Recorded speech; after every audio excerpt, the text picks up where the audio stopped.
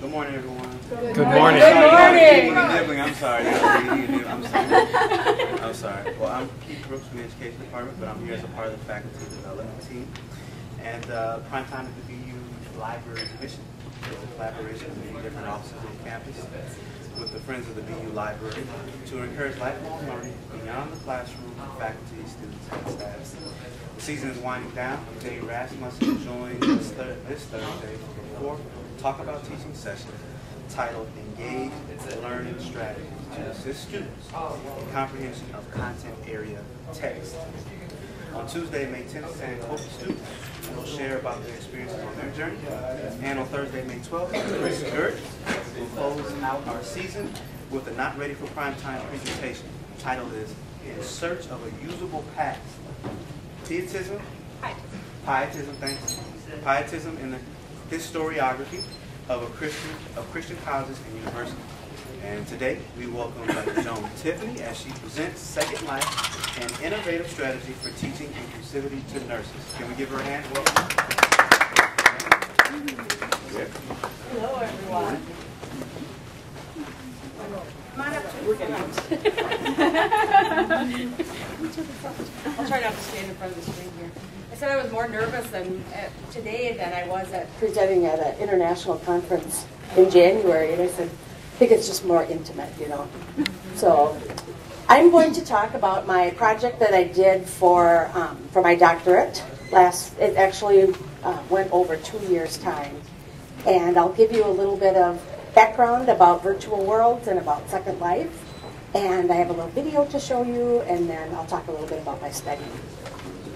Here's the objectives. We'll talk a little bit about designing avatars in Second Life, a little bit about using this type of venue for cultural sensitivity, and then future implications. The world is pretty much exploding as far as venues for virtual worlds, and they're getting cheaper and cheaper. So that's good news. When I started this project, I was going to do something about simulation in nursing education. And I went to a conference, and somebody said, have you ever heard of Second Life? This would be a really good place to do your project. And I said, no, haven't ever heard of it. Went up to my hotel room, downloaded the program, made a little avatar Zelda, and started kind of leaping into this. And so I felt a little bit like Alice in Wonderland, falling down the rabbit hole. Never once did I consider how I was going to get out. And went down like a tunnel, found myself falling deeper and deeper into this knowledge base that I had no idea where I was going. And or I didn't have any idea what was going to happen next. And so the nice thing was I met a lot of educators, a lot of healthcare providers and nurses who were actually using Second Life. And so that was really nice. They kind of carried me along a little bit on my journey. So that was helpful. So virtual worlds, for those of you who don't know, it's internet-based. It's a 3D simulated environment. You download the program on your computer, and you're looking just like when you're going to a 3D movie. Right in your computer screen, it's all 3D. You make an avatar, and you walk along this 3D environment, just like you're there. You can either interact by typing, by IMing. So there's a little chat box that shows up if you chat with people who are in close proximity to you. There's a private chat, which is kind of cool for nursing students or for people who are playing different roles, because I am somebody privately. So if there's other avatars out there and I want them to do something for role play, I can send them a private message and only they get it. So I can say, oh, start crying. And nobody else knows that I told somebody to start crying. And so that's what's kind of cool about, I think, this particular software, is that you can do either public chat or private chat, or you can use your voice. I just have this cheap $20 USB headset that has a little microphone. I just plug it into my computer and I just talk. And it's my voice that comes across. And anybody who's out there within a certain vicinity will hear me. And so then they can talk back. And so I think that works really nice, especially for presentations. And I'll show you some of the things that we can do out in Second Life. You can have meetings, you can communicate, you can role play, you can, there's a whole big community for English as a second language where people actually go out. There's somebody from Mexico that signs on, and you talk back and forth and practice language. And so there's a huge community for that. There's support groups out there, all kinds of different support groups. So I'm going to show you just a quick little video clip about the educational uses, because you can use it all across a whole university for educational purposes.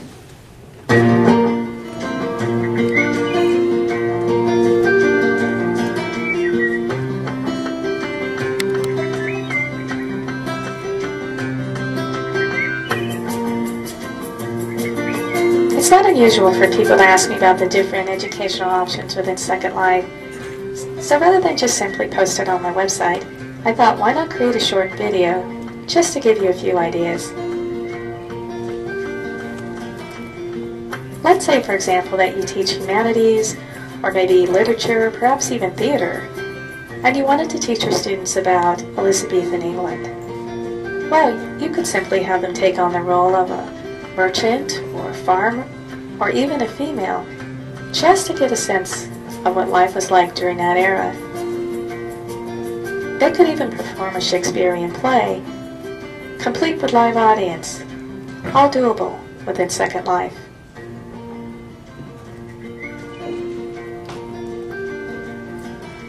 For those of you in the artistic realm, we've just entered the Second Life Louvre Museum. Notice the artwork on the wall, all created by Second Life residents. And what's rising up before us is a statue of Achilles.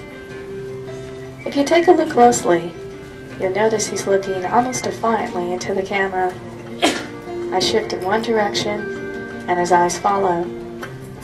I shift the other, and he never lets us out of his sight. How often does that occur in a real-life museum? You can take the words of Homer and truly make them come alive.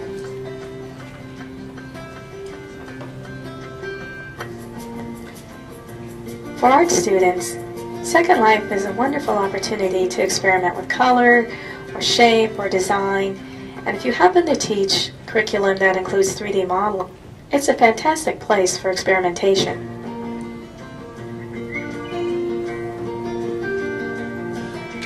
In Second Life, you can create or upload images or textures, and personally I think it's through these textures that really add a realistic dimension to the platform. So for example, we just entered a Roman spa, an ancient sim that simulates an ancient culture.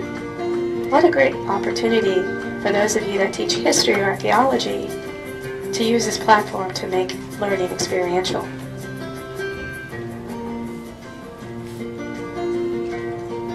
This may look like a peaceful little park, tranquil and shrouded in fog, but those are actually virtual clouds, because in Second Life, you can take what's difficult or impossible to do in real life and recreate it here. So for example, I can actually defy gravity. Not only can I fly, but I can create cities in the clouds. If you happen to teach astronomy, physics, atmospheric science, or even geography, it's a wonderful place to experiment.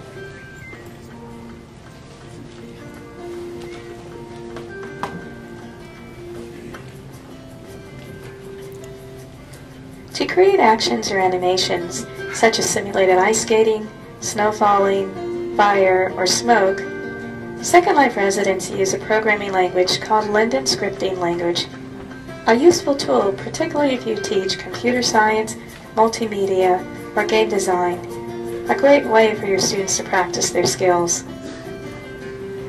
For those of you who are not builders or scripters, no worries, because what you can't create yourself, you can almost certainly find someone who can create it for you for a price. There's a thriving economy in Second Life, and it even has its own currency called Linden dollars. So for business majors, finance, marketing, accounting, Second Life affords a wonderful opportunity to actually start and grow your own business. Okay, so you can see that there's all sorts of opportunities to use Second Life or to use virtual worlds for educational experiences. And Linden Dollars is the currency system that's in Second Life, and it's like 100 Linden Dollars is about a half a penny. And so you can buy things really cheap. And you can go out shopping out there for your avatars and find all kinds of free things.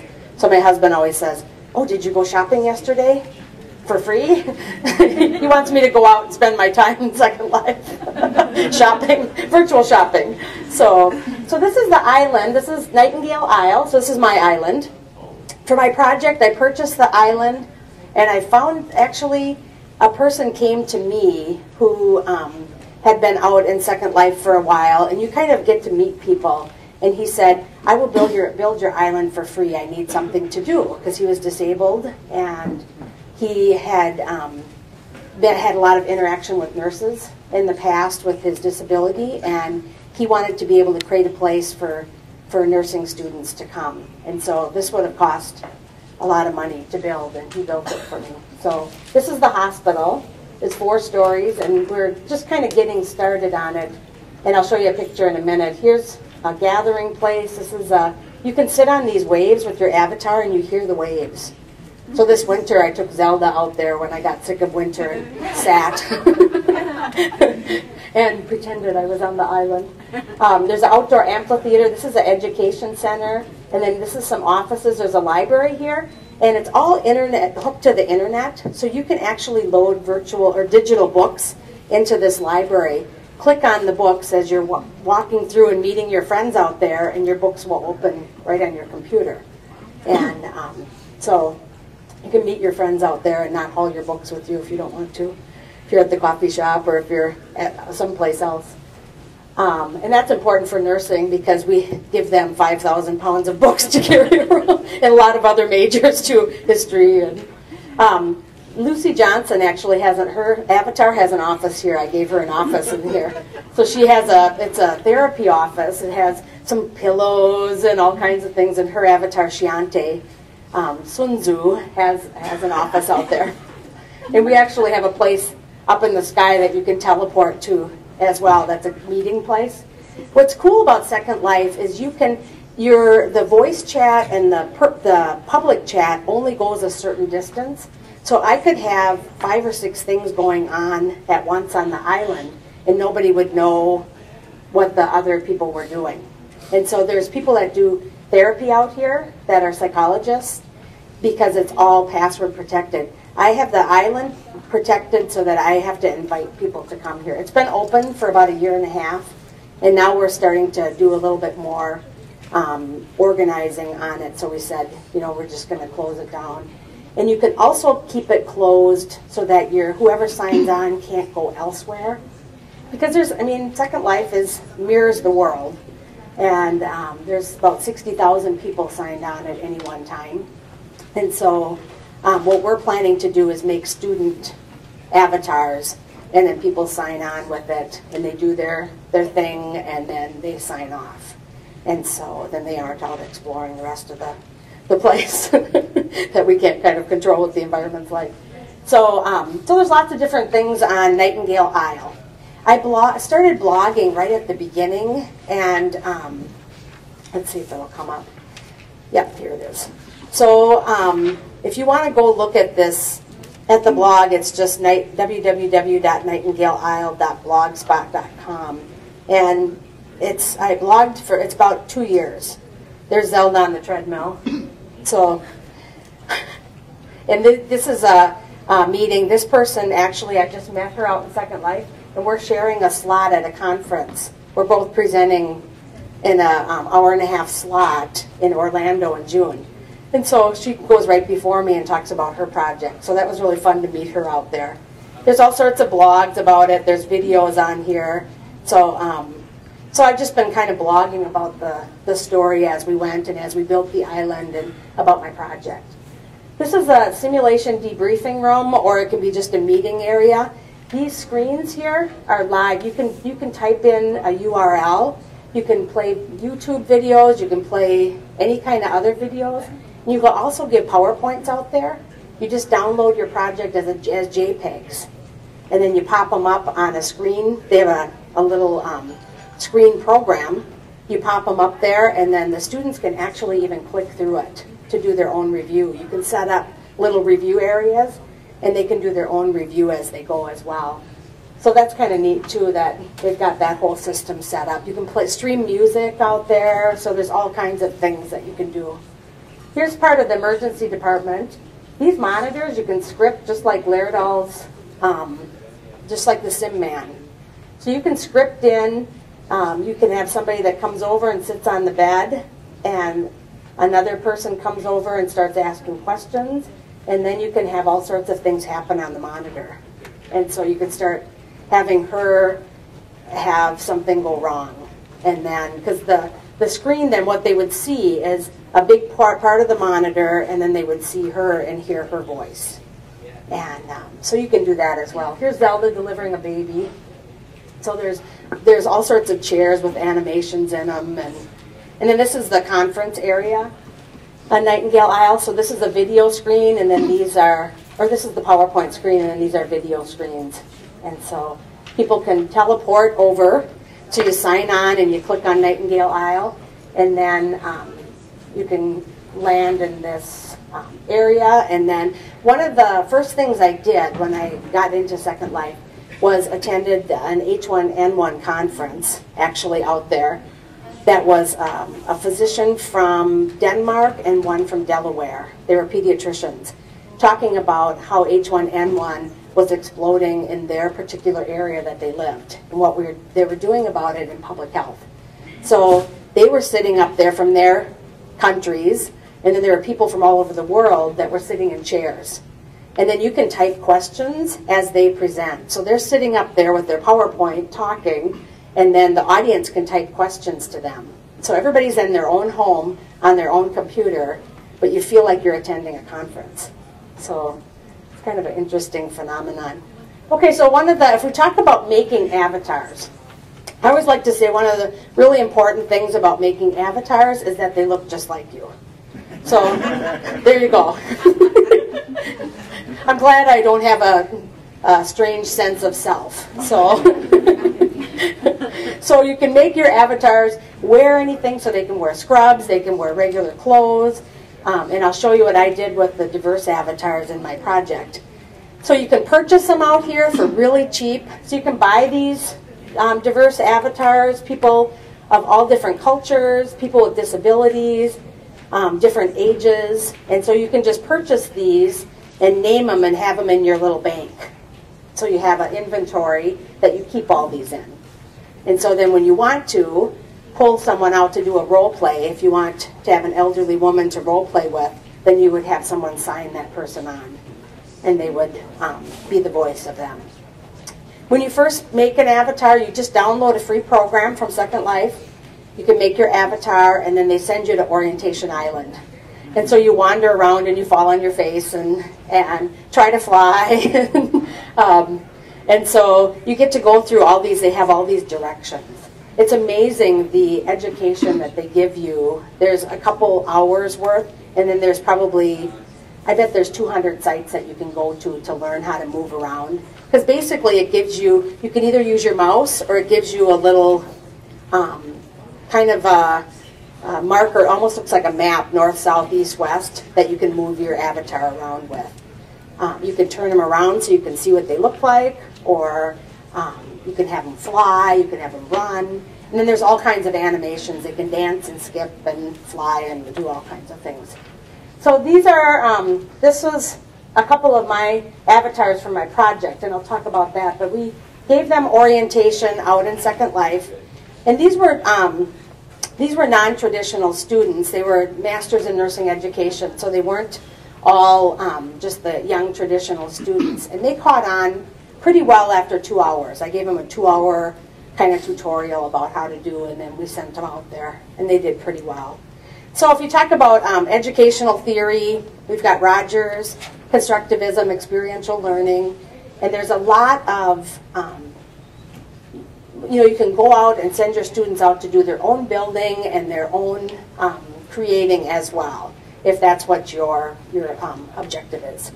So with the Inclusivity Assignment, I had 16 Masters in Nursing Education students, and I thought, we always have wanted to see how someone could walk in someone else's shoes, and somebody different than themselves. And so as I was thinking about this, it was a nursing inclusivity, cultural diversity course.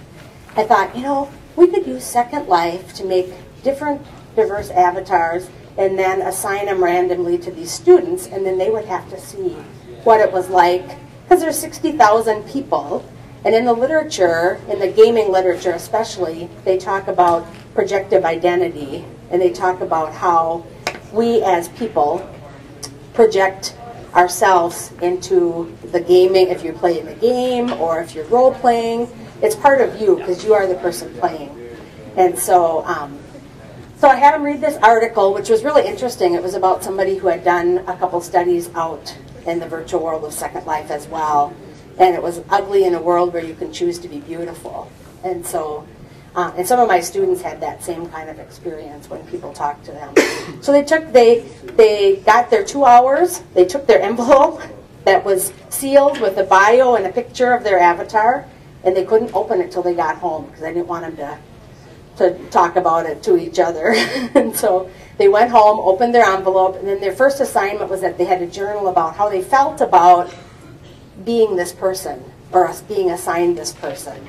And then, so they met their avatar, completed part 1. Then they had to sign in and spend a couple weeks. There wasn't any assigned amount of time, but they had to spend a couple weeks out in Second Life.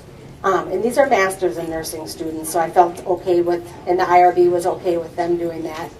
And so they went to social sites. There's Woodstock is out there. There's all kinds of coffee shops. And so they went to all kinds of different sites where people would be. And kind of chatted and role-played being that person. And so then I met him out there a couple times. So I said, I'll be out here on Sunday evening at this time if you want to come out and chat, if you need some help moving or need to figure out what you're doing, or if you just want to talk about your experience. And so I signed on, there was quite a few students on all 3 times that I signed on. And then they went and visited, then they completed a written portion of the assignment afterwards, which integrated the inclusivity information about microaggression and some of the topics that we covered. And then they took a post-survey. And the pre- and post-survey were really about the pedagogy of using this kind of, so there was kind of 2 parts to the study, about using this kind of venue as nurse educators. And almost all of them said that they could see, I think there was only one person who couldn't see it be used in nursing education or in education in general. So that was pretty good results. And so I'm just going to give you an overview of a couple of the things, couple of the learnings of the students that I thought were really interesting. So Cody was a young man who had been in a diving accident. And so that wheelchair moves right along. You can fly with the wheelchair. It goes with you. So he rolls himself right along any of the areas that he went into. So these were some of the things that he were in his final paper. And I think the biggest story for him, and it was a male that played him, was that he was pretty passive in real life.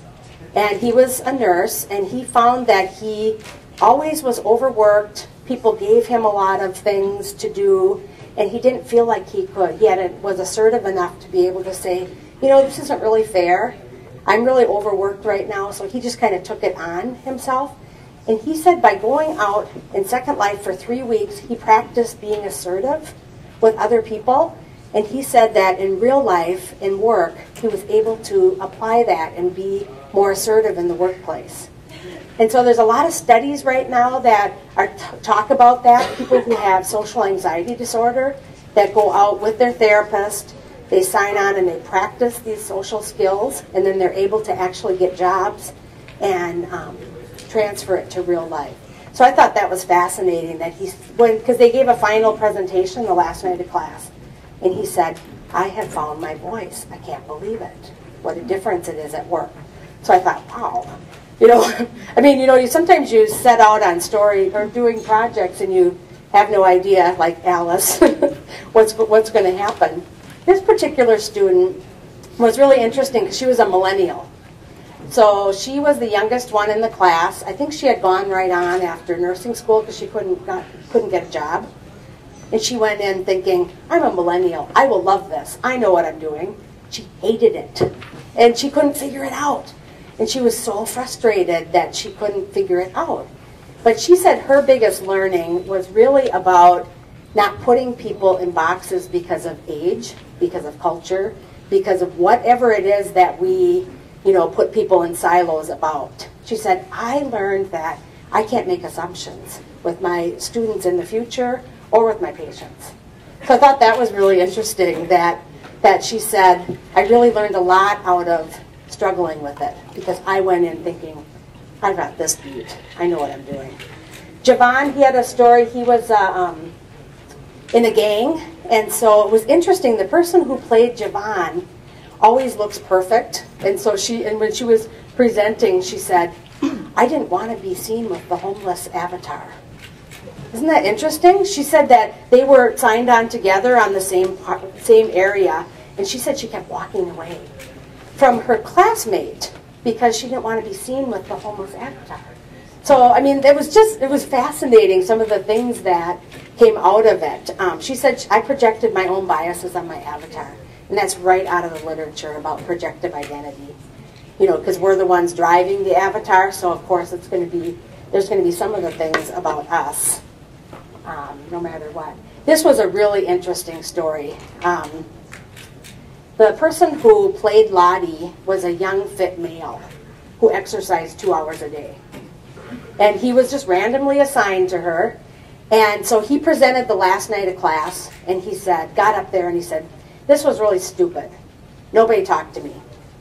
And so his classmates, it was amazing because they all kind of went, So they started asking him questions. They said, well, what did you do? Did you engage anybody? Did you walk up to people and talk with them? And this is literally what he said. Well, no. I didn't think anybody would want to talk to me if I looked like that. So, I mean, it was just, and then he went, oh. I mean, he had this big aha moment after that and went, wow. And so, I mean, it was just, I was sitting in the back of the room just going, man, this is really interesting. Listening to their stories about, and it was funny because the random assignment, God was involved in that random assignment, I think, because it was just amazing who got which people. Manderson was a little person, and the person who played Manderson, she said it was really interesting because she kept walking up to, because it's 3D, she'd walk up to tables, and the table was up here, and the chairs were up here. And so she said, I really think I felt a little bit what it would be like to be that person because I couldn't reach anything.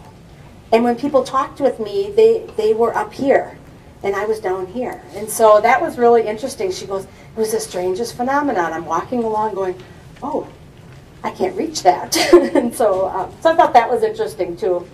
And just kind of some other inclusivity things along the way, but that was the most interesting from her. Mildred, the woman who got Mildred was the oldest student in the class, and she's probably about 60, and she works really hard to look young and stay young. She exercises, and she dyes her hair, and so this was, as you can see here, when I met my avatar, I was mortified. I didn't want to be an old woman. And so that was really interesting too, because she went out to the social sites then, and at first she said she kind of stood back, just like the gentleman who played Lodi. She said, I kind of stood back a little bit, but then people invited me to dance, and they invited me to talk with them. So she said, what I learned is, it's really all up here, and it's not about the appearance of being older. If I act the way I act and feel inside, then people responded to her. And so she found that pretty interesting. So here, she said she was wrong. It was all how I perceived my age. And so, I mean, she talked about that in a presentation. Oh, I couldn't believe I got her. And then Ned, who was a homeless man, and so they role played these people out there. And so the person who played Ned said Boundy was either ignored, taunted, or pitied. But I thought this was really sweet. And she said this happened a couple times where other avatars actually sat down and talked with them about their life, and because she thought he was really homeless in real life. And so she just kind of talked to him about his story. Tell me about your story. And it was interesting because the IRB was okay with it. You know, some people are like, well, you had to role play this, you know, thing that wasn't true. But they just went out. It wasn't like they were making relationships with anybody. They were just going out to these random spots and meeting. And so she just found, she said that this was really sweet that a couple of the avatars actually talked to her like she was a real person, and then other people kind of flew away as she pushed her cart up. And so here's a picture of, these are, it's kind of blurry, sorry, but they're support groups. So there's Health Information Island out there, and there's a plethora of support groups for anything that you could see across the board. And there are people who can't leave their home. There's a study a person at the University of Minnesota that wants to do a study with her cardiac women's group, because she has a younger group of women and an older group, and she said that she can't get the younger women to come to a support group, and she thinks that she'd be able to maybe get them to sign on from home if we had a meeting out on Nightingale Isle. And so we'll see how that goes. There's beginning to be treatment for autism out there, especially Asperger's syndrome, and there's a study going on in Texas right now that hasn't been going very long, but they actually do, because you can animate your avatars and make facial expressions, they actually have the therapist sitting next to the child. They go out there and they have an avatar that role plays with them. I'm feeling really angry, and then they make the face be angry. And so they're doing facial recognition, and they're preliminary. I just was at a conference, and somebody actually was from there, and they said after 6 or 8 weeks of doing this, they found that in 2 days of being out there, equivalent to 2 days of therapy, versus they were as far along as they would have been in 6 weeks, because they felt like they were actually there, practicing in a safe manner. There wasn't someone making fun of them. And so they said they were beginning to recognize these facial expressions and that people actually had emotion. So I thought that was really interesting. I applied for this National League for Nursing HITS Scholar program, and we're building a senior apartment building and actually a whole senior community out on the island. And so hopefully we'll be able to use it for some of these things. And faculty will sign on as a variety of avatars, and the students will have to come and interview. We'll have a unfolding case where we have an elderly man who lived at home with his wife, so we have a home setting. And then the nurses are doing an assessment. He starts to feel sick. We take him over to the hospital area. Then someone else will be over there. They'll have to continue on. And then he goes to assisted living, goes to rehab. And we can have a round table where we actually have interdisciplinary groups of physical therapy and occupational therapy and all kinds of people that are around the table talking about Henry and his story. And so there's even National League for Nursing actually has these made that they're running in the regular sim lab, and what we're doing is making them come alive in a 3D environment. We're taking those simulations, and then we'll do some research about the effective practice actually on that.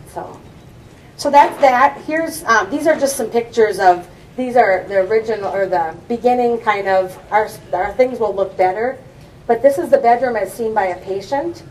Sometimes their eyes, as they get older, they can't see very well, and many of them have dimly lit rooms. And then this is afterwards. They move the TV over, so the cord, I mean, you can put cords, you can put boiling water on the stove, you can put rugs. So the students will have to come in and make an assessment of how safe the house is. And so, so you can do all kinds of things. There's a bunch of pills there, water spilled on the floor, so they can walk in and see all kinds of things, and then they have to make make some assumptions about what's going on. Okay, so this is just, and these are all just kind of in the beginning building. You can run these simulators with these buttons. So a student can actually be here with this hospital bed, and they can make this patient vital signs get better or worse. And then this is something new. The woman from Glasgow University in Glasgow, Caledonia, who I'm going to present with, we just started a health education international community of practice. And so there's, in this picture, he's from Hong Kong. There's a couple people from out east. There's nursing faculty from Wisconsin. And then there's people from England, and there's one from Australia.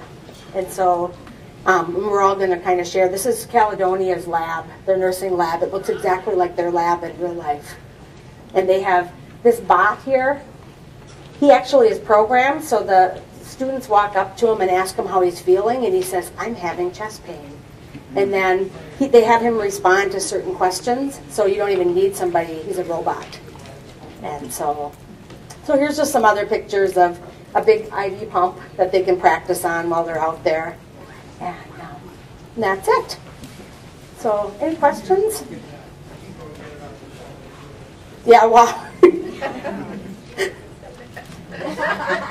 So we hope to, and like I said, Lucy has an office out there, and she was going to try to take students this spring in her online class, because it really has some ramifications if we're doing distance learning, especially if there are people who don't have relationships.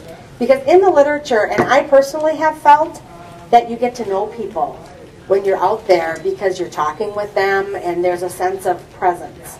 And so, I mean, the people from the international co-op that I'm involved in, if they came to Minnesota, I'd be, come and stay with me, you know. And so I think that there's some interesting ramifications for online learning as well, to kind of meet out there, to do some practice or some discussions, and so that's it. Thank you.